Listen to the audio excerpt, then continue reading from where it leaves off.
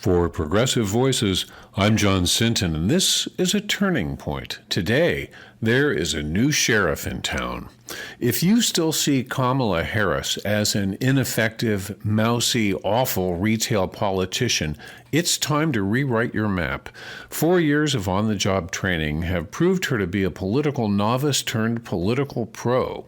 She studied and no doubt had oodles of help because she's a lioness now. Strong and forceful as an orator, and that's new. She's able to show her funny, funky side, also new. Both show a newfound confidence. The fact that in the 36 hours after President Biden's denouement, she had raised over $100 million is not just record-setting, it's positively stunning.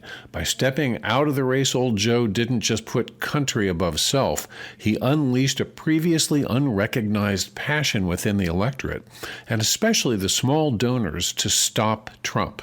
Democrats and independents didn't think Biden could stop the Trump train, but they clearly think Harris can. They not only think it's possible, so excited were they at the prospect of a Trump train stopper, they veritably ripped their underwear getting the money out of their pockets.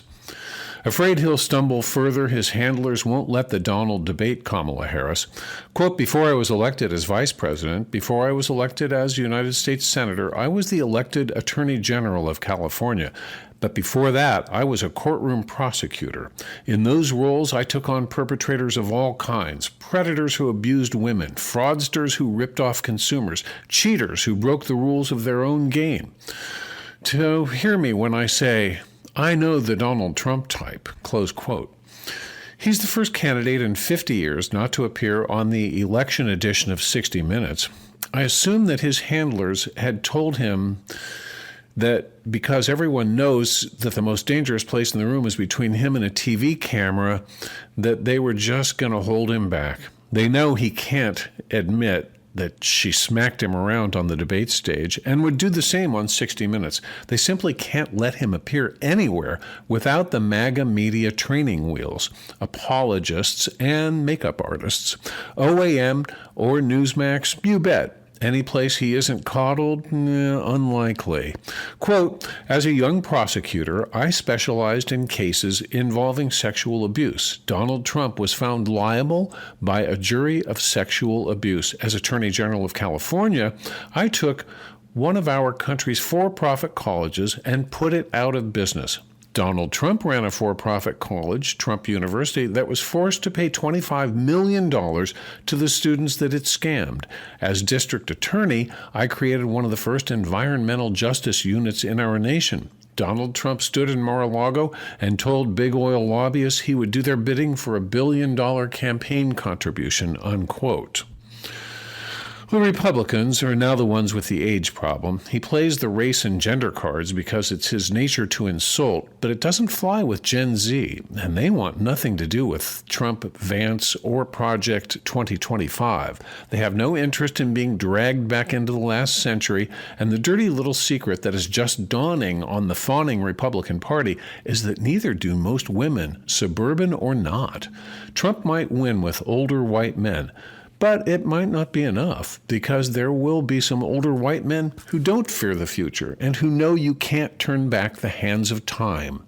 Demography is destiny, and try though they will to stop the march of time, short out-and-out civil war, which would pit old against young, black against white, theocrat against Democrat, and women against men, time is the winner. It moves forward, not back, and like Mother Nature, it always bats last and it never strikes out. It may be a romantic notion for some, but for most, 1950s America is our past, not our future. And before we move on, because we always move on, it's important to tip our hat to Joe Biden, who, unlike his former opponent, graciously stepped away from power rather than holding it in a death grip while lying delusional about how somehow he deserves to stay in the Oval Office. We are desperate for a rebirth. But fear of loss is more effective than hope for the future. Just look at how insurance companies advertise.